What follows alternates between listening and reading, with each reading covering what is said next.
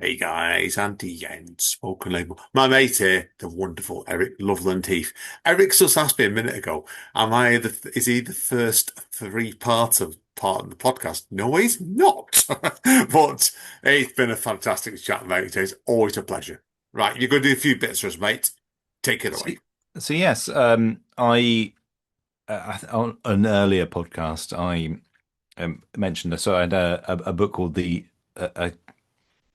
Guide to the Law of Plenty Wenlock. So um, I published a second volume, which is called A Further Guide to the Law of Plenty Wenlock. So it's a slightly more folkloric one.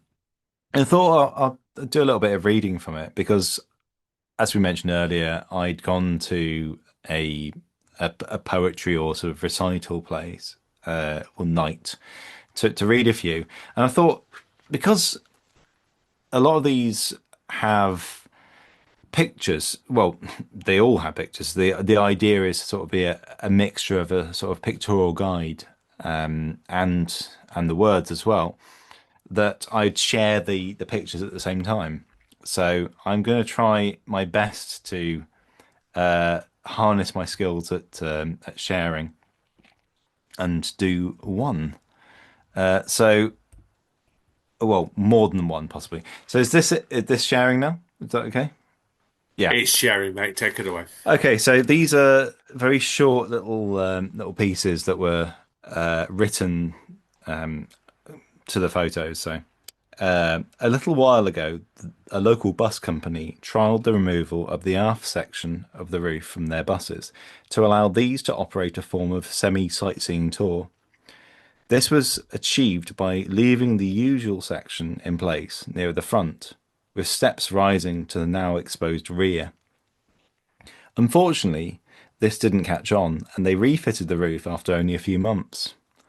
You can still tell where this service stopped, though, as the signs bear its legend, that of a bus with its latter section of its roof waning out. So, shall I do another? Shall I do that one? Yes, please, Um, mate. Yes, please. These pictures, people are wondering also, I need to state, obviously, if you're watching this on YouTube, Eric is sharing pictures here. So, and the yeah. second one, you better give us a bit of detail what each picture is, Eric, as So well. these pictures are taken around Shropshire, and while this, I'll say it here, this is Blitz Hill.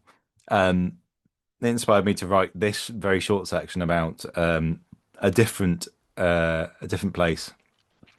So the singing furnaces of Pawley have been said to carry a tune in their step, though to me their expression has always seemed somewhat haunted. Wonderful, mate. It's brilliant just looking at each one of these because it gives you great Mm. context. It is, and there's one that's more. I think this one here is more relevant. I think to the. I certainly adapted it to fit as we were experiencing earlier this year. So the Royal Air Force Museum at Cosford paints a potted history of aviation across the globe and the RAF's role within it in particular. Its exhibits range from historic aircraft, photographs, and commemorative silverware. The chilling National Cold War exhibition can be found within this purpose-built building, carrying the threat of mutually assured destruction as an ever-present lesson. The site is also famed for its air show held at the adjoining airfield, which is primarily noted for its ability to bring local road infrastructure to an absolute standstill. So yeah, Wow. I mean, Wow. I mean um, the motorway is just rammed. I mean, you can't drive up and down it because it's got so big. But this particular, I know it's been an enormous influence for Epi 45 and others. But what a weird building, what a weird experience. You know, you walk into it and it's just quite simply mad. You know, mutually assured destruction. It's so prescient at this time of day. Well, time of year, this time that we've experienced. Sorry. Oh, Um, wow. so this one is the last one. I'll move back again, but still, set deep in the rural landscape, in a place few will find, the fire tree burns. So that's the picture. Probably, I think my favorite picture of the year that I took. That is I incredible, Yeah, that one, mate. It's absolutely. If people obviously you see this on YouTube yourself, is the colours and that. What time of the day was that picture took, that Eric? that was taken around sort of three-ish. I can try check it, but I think it was about 3:20-ish, and it was in it was in mid Wales, well, more sort of Western Wales. And I walked out and said, oh, this we were in a pub having Christmas dinner of all things. And I said, the colours are amazing. So I walked out and I got that picture and a few others. And I cannot believe the colours that we found, coming out of that. So yeah, Wow. it's Yes. just an incredible picture. One of the luckiest captures. So we're going up to the start of the book. Let's do a few. Why not? So flow limit. This one's called. Recently, the local authority trialed a 40-knot flow limit for all tributaries and minor watercourses. It's safe to say it didn't go well. So, Yeah. Where is that took that picture? And people wonder so this. that if you want the little Easter egg. It was taken down at Llyn Coedidinas, which is our local nature reserve, and the storm because we've had again another storm, haven't we? That had blown the road sign into the ditch, and actually, if I remember correctly, that whole section, sort of round the corner there, it had taken a culvert out. It just you couldn't walk to the bird hide or anything.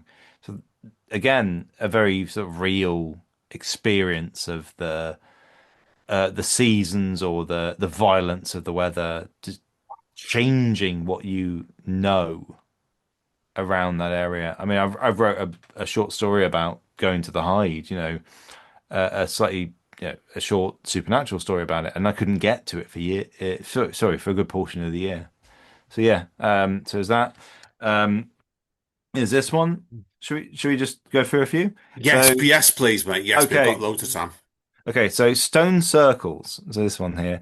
These are all South stones. So they are stones put up for in Wales. They are for the Eisteddfod. So you do the ceremony here.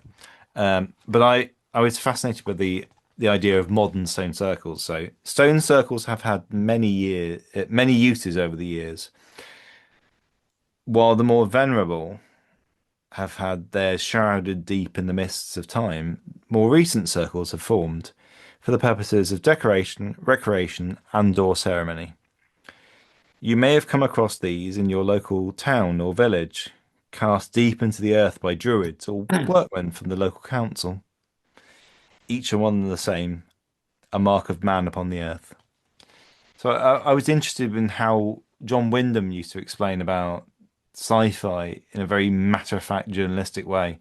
I thought it's interesting how people will have these. So what had happened was you can see the traffic cone if you're on the YouTube channel, but they just built a new walkway and then just disturbed all the earth around this what appeared to be ancient circle and left a traffic cone there. But also there's municipal buildings there as well. There's a lot of council buildings there. And it was a very odd place, this sort of if you can see the picture, there's this sort of little bit of concrete coming across towards a stone. There's a bin there. Like a public bin has been put there. You can't see it because it's hidden behind or not Yeah, been put in yet.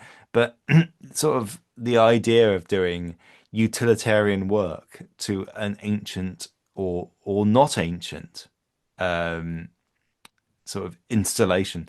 And I think what adds to it as well is the little crossing in the background, so the lights in the crossing.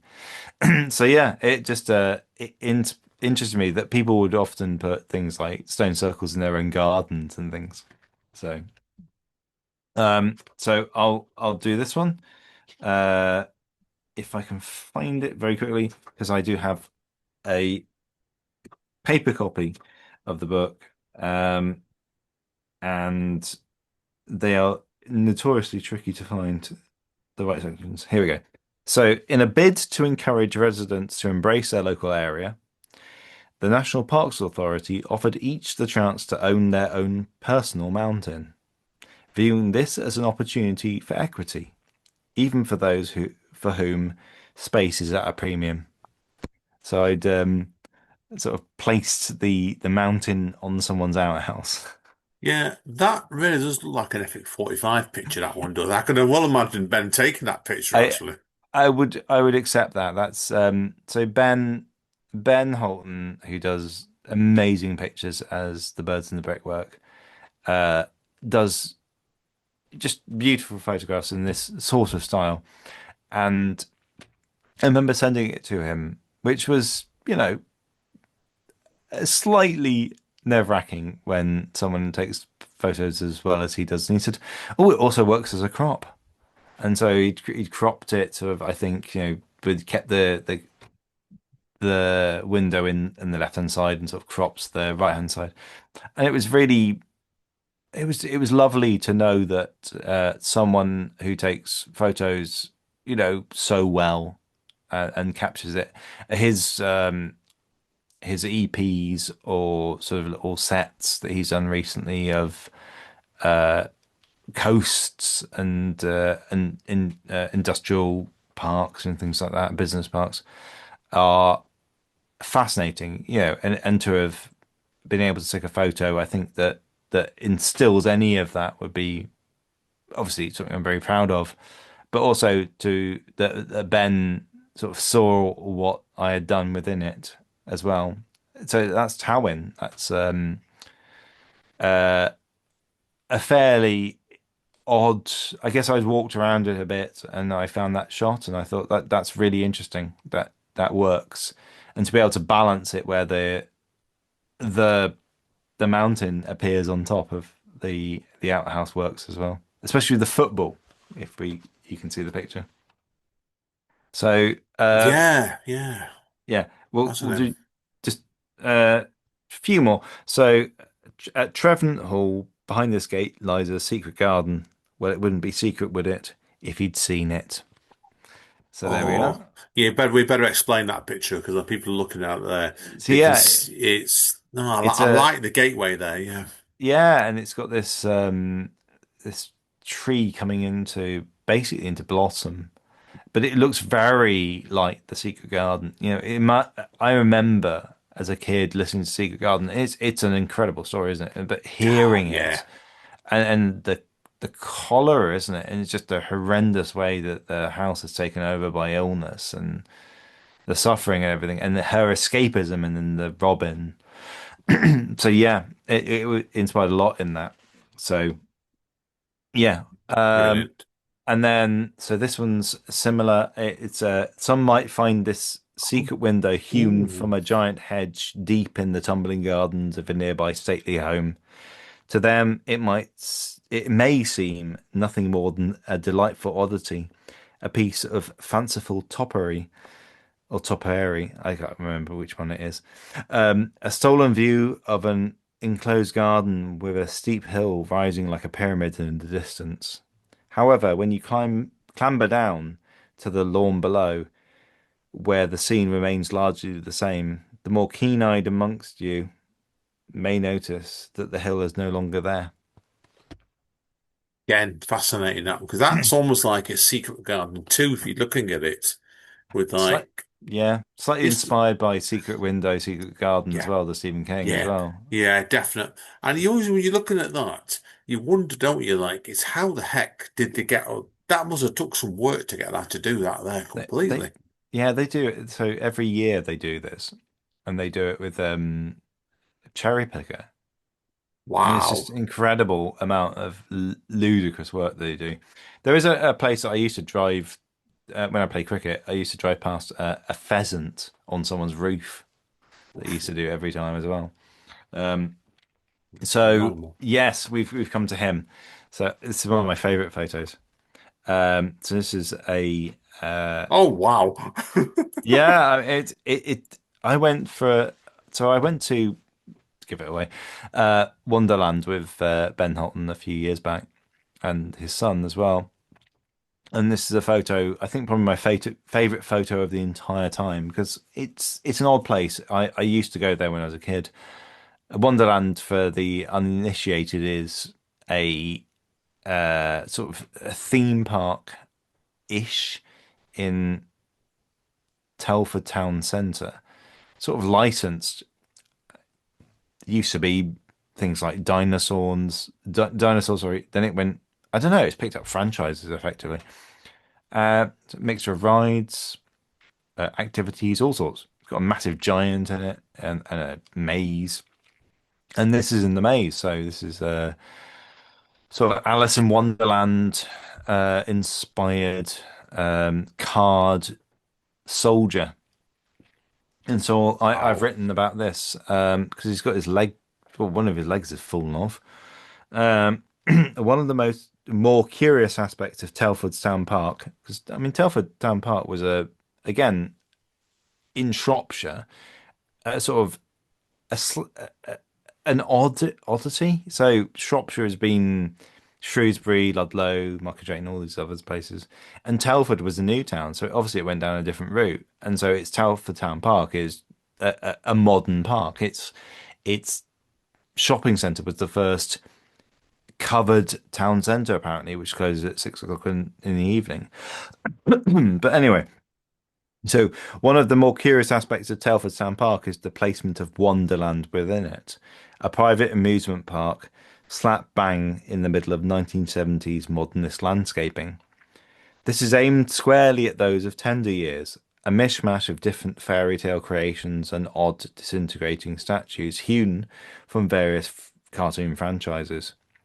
As a child, I remember walking down to Randley Pool, the roar of mechanical dinosaurs rising behind the fence to my left.